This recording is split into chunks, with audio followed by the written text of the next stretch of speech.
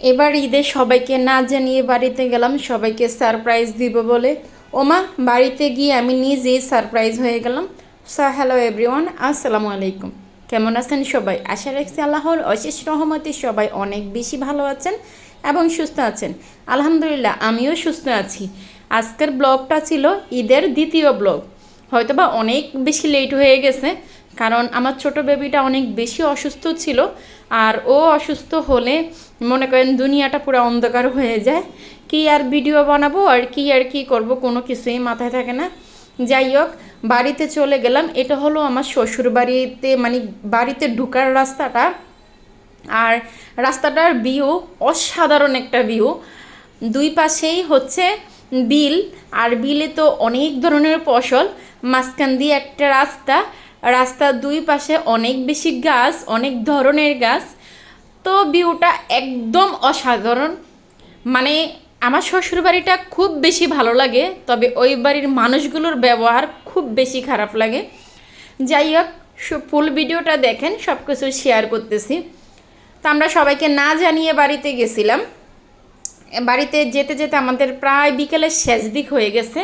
গিয়ে আমরা ভাত খেতে বসে গেলাম, কারণ প্রচণ্ড পরিমাণের খিদা ছিল পেটের মধ্যে। তো এখানে আলুর ভর্তা ছিল, মুরগির মাংস ছিল, আর কি জানি একটা ছিল মনে নাই। আমি আলুর ভর্তা দিয়েই ভাতটা শেষ করছি। তারপরে ভাত খাওয়ার পরপরই রান্নার কাজে চলে গেলাম। রান্না করতে করতে আমার ভাগ্নি কি বলে ফুচকা নিয়ে আসছিল, আর ওই ফুচকাটা খেলাম। তো আমি বাড়িতে গেলে জানি না কি আমার হাতে কাজ করানোর জন্য এই কাজগুলা করে না, সবার সত্যি ভালো লাগে আমি জানি না। আমি বাড়িতে গেলে কেউ কোনো রান্নার আশেপাশে যাবে না, সম্পূর্ণ রান্না সব আমার হাতেই করবে।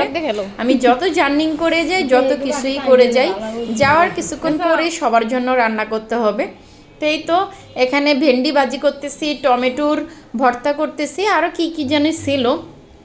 যেহেতু রাত্রের খাবার আর বেশি কিছু করতেছি না, তো টমেটোর ভর্তা করার জন্য টমেটোগুলো একটু বেজে নিচ্ছি। তো যেটা সারপ্রাইজের কথা বলতেছি, আমরা সবাইকে না জানিয়ে মানে বাড়িতে গেলাম, কারণ আমরা বাড়িতে যাব ওটা কেউই জানতো না।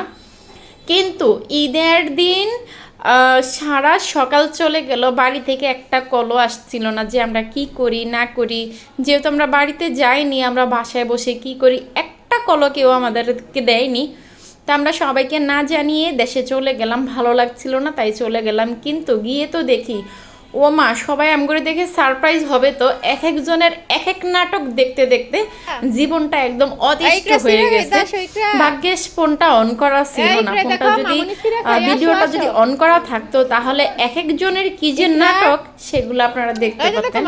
আসলে শ্বশুর বাড়ি নিয়ে যে মানুষ বদনাম করে, এমনি এমনি করে না রে ভাই। বহুত কারণ আছে। একটা মেয়ে শ্বশুর বাড়িতে টিকে থাকতে হইলে, খাইতে হইলে কত নাটক যে সহ্য করতে হয় রে ভাই, কেউ বলতে পারে না। যাই হোক, সবার নাটক সিনেমা শেষ করে তারপরে খাওয়া দাওয়া করে ঘুমিয়ে পড়লাম। পরের দিন সকালে ঘুম থেকে উঠে সবার জন্য এখানে একদম পাতলা পাতলা করেই গ্রামের খাবার বুঝিয়ে নিত সেমাই রান্না করে নিলাম। তো সবাই সেমাই খাওয়ার পরে, নাস্তা খাওয়ার পরে আমি, আমার জাল, শাশুড়ি, ভাগ্নি মিলে আমরা চলে গেলাম বিলে। ঘরের সাথেই বিলে গিয়ে আমরা কিছু তাজা তাজা শাকসবজি নিয়ে আসলাম। আর ওখানে গিয়ে দেখি অনেক সুন্দর সুন্দর সূর্যমুখী ফুল। আর ওই ফুলগুলো দেখে আমি ভিডিও করব না বা পিকচার নিব না, তা কী করে হয় বলেন তো। তারপরে এখানে নজর দিয়ে দেখি একটা আম গাছ। আমের জন্য গাছের পাতা দেখা যায় না, আল্লাহর নিয়ামত, কতই না সুন্দর না।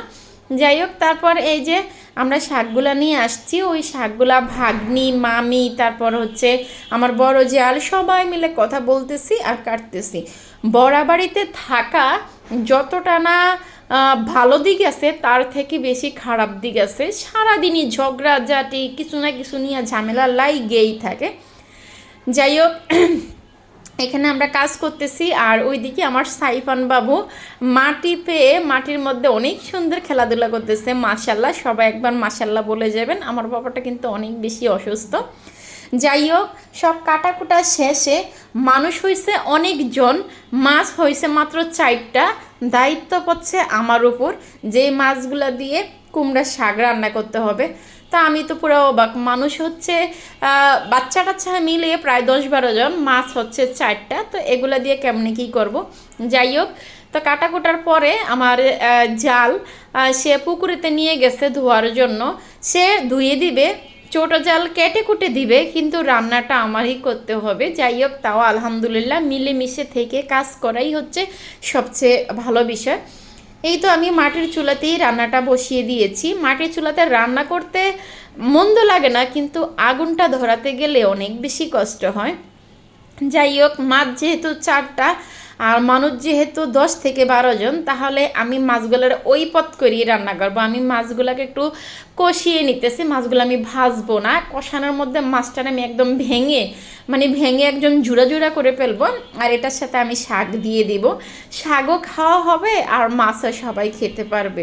কেমন হচ্ছে আইডিয়াটা বলেন তো? যাই হোক, মিষ্টি কুমড়া শাক দিয়ে তারপর আমি মাছটাকে একদম জুড়া জুড়া করেই রান্না করে নিয়েছি। আর তার সাথে অন্য একটা মাছ ভুনা করতেছি, তার সাথে গুঁড়া মাছও ভুনা করে নিয়েছি, অনেক পদই ছিল। এই তো দেখেন তো শাকটা কেমন হয়েছে। আর আগেই গুঁড়া মাছটা ভুনা করে নিয়েছি, সেটাও আছে এখানে। তো সবাই ভালো থাকবেন, সুস্থ থাকবেন, আল্লাহ হাফেজ।